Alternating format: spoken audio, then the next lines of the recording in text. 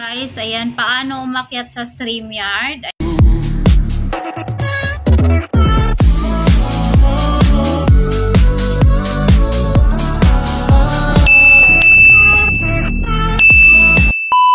Ayan, kapag may binaba na link, ito, click natin tong link ng StreamYard. Ayan. Tapos, entering studio. Ayan, wait lang natin. Ayan, may makikita po dyan. Use your camera, use your microphone. So, dapat lahat po yan nakaalaw. Yan. Kasi pag binlock nyo po yan, hindi na kayo makakaakyat. So, dapat lahat po nakaalaw yung camera, nakaalaw yung microphone. Alright? So, ayan.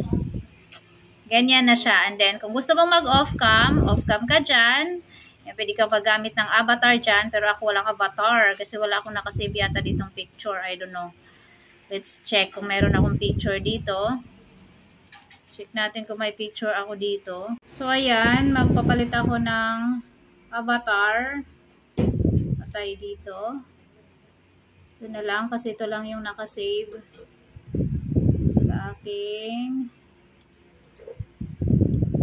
Lappy. Yan. So, maglagay tayo ng avatar. Ayan, meron na tayong avatar. Ayan yung lalabas kapag naka-off cam ka. And then, dito, kailangan natin maglagay ng display name. So, lagay ko dito EMS14. So, ganyan lang.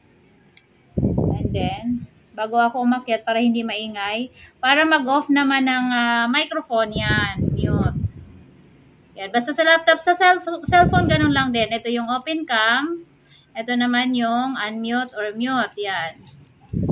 Yan. Dito naman makikita yung sa audio, naka-echo cancellation para hindi mag-echo. Pero pagkakanta ka, ayan, papalitan. Alisin mo tong check sa echo cancellation and then mag-check ka dito. Pero ito kasi pag ito ang gamit mo, mag-e-echo. So, much better kapag magsasalita ka lang, naka-echo cancellation dapat. Yan. So, ganyan. And then, enter studio ka na. Yan.